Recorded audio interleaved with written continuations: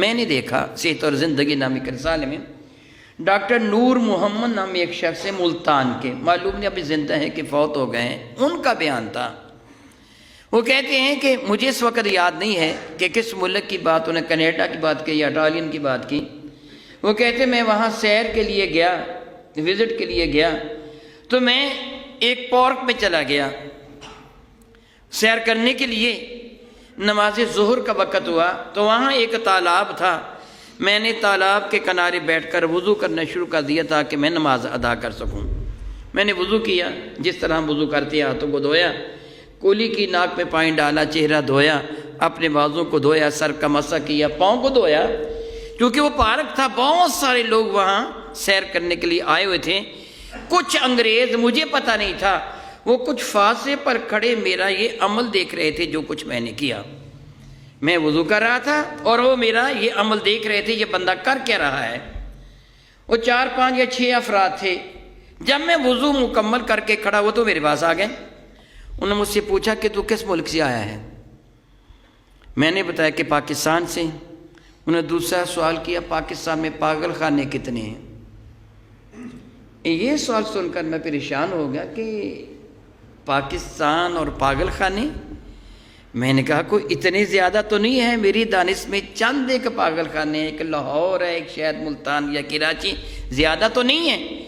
میں نے اس سے پوچھا کہ تم مجھ سے کیوں سوال کر رہے ہو کہ پاکستان میں پاگل خانے کتنے ہیں؟ کہنے لگے ابھی ابھی تو نے ایک عمل کیا ہے۔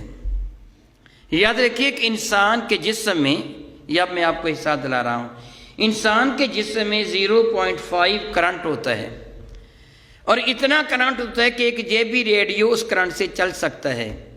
آپ کو اس بات کا بھی بخوبی علم ہوگا، بعض اوقات بعض افراد کے دل کی دھڑکن بے قاعدہ ہو جاتی ہے، کبھی بڑھ جاتی ہے، کبھی کم ہوتی ہے، اس کا جو یہ معاملہ ہے وہ کچھ ویک ہو جاتا ہے، لوز ہو جاتے ہیں۔ پھر ایک بیٹری وہ یہاں رکھتے ہیں سینے کے اوپر، اور اس کا کنیکشن دل کے ساتھ کرتے ہیں، اور اس کے دل کی دھڑکن صحیح ہو جاتی ہے۔ پتہ نہیں آپ کو؟ وہ بھی رکھتے ہیں نا بیٹری۔ وہ بیٹری کیوں رکھتے ہیں؟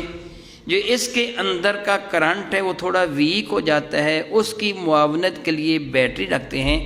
آج تک سائنسدانوں کو پتہ نہیں چلا کرنٹ پیدا کہاں ہوتا ہے، اور جب مرتا ہے تو کرنٹ جاتا کہاں ہے۔ اسے ہی روح کا نام دیا جاتا ہے۔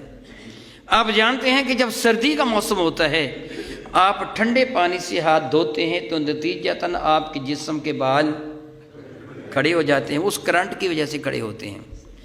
انسان کے جسم میں یہ کرنٹ ہے جو دماغ کو بھی چلاتا ہے اور دل کو بھی چلاتا ہے۔ وہ لوگ جو تھے وہ کہنے لگے کہ ہم ڈاکٹر ہیں، سائنسدان ہیں، انسان کے جسم میں جو کرنٹ ہوتے ہیں نا، جو تو نے عمل کیا ہے نا، کہ پہلے تو نے اپنے ہاتھوں کو تھوڑا سا دھویا، یہاں کے کرنٹ کو تو نے مشتعل کیا، اور پھر اس کے بعد تو نے منہ میں پانی ڈالا، ناک میں پانی ڈالا، اس کے بعد تو نے اپنے چہرے کو دھویا، یہ سارے کرنٹ کو تو نے الرٹ کر دیا۔ اس کے بعد تو نے اپنے بازوں کو دھویا، یہ کرنٹ ادھر سے بھی الرٹ ہو گیا۔ پھر تو نے اپنے سر کو دھویا نہیں، سر کے اوپر سے ہاتھ پھیرا، اور پچھلا حصہ جو تیری گردن کا تھا، گدی جسے کہتے ہیں، پھر اس کو تو نے پانی سے مسح کیا، اور پھر پاؤں کو دھویا۔ ہم یہ عمل اپنے علاقے کے پاگلوں کو کرواتے ہیں اور وہ عقل مند ہو جاتے ہیں۔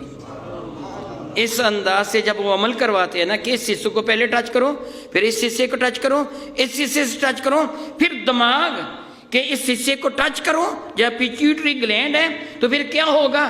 دماغ کا ورک زیادہ ہو جاتا ہے، پاگل پن ختم ہو جاتا ہے، آخر میں پاؤں کو دھویا جاتا ہے، پورے جسم میں کرنٹ کی لہر دوڑ جاتی ہے۔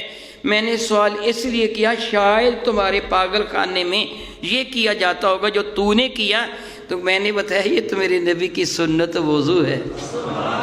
کہنے لگا پھر میں یقین کے ساتھ کہہ سکتا ہوں شاید تیرے علم میں کمی ہو، پھر پاکستان کے لوگ اگر یہ کام کرتے تو وہاں پاگل خانہ نہیں ہونا چاہیے، کیونکہ یہ عمل کرنے سے دماغ کا جو ورک ہے وہ بہت سٹرونگ ہو جاتا ہے، مضبوط ہو جاتا ہے، اور پاگل پن کا دورہ نہیں پڑتا جو وہ عمل کرتا جو تو نے کیا ہے۔ تمہارے نبی نے تمہیں بہت کچھ اچھی باتیں بتا دی ہیں۔ جہاں آخرت بنتی ہے وہاں دیکھو دنیا بھی کتنی بن جاتی ہے۔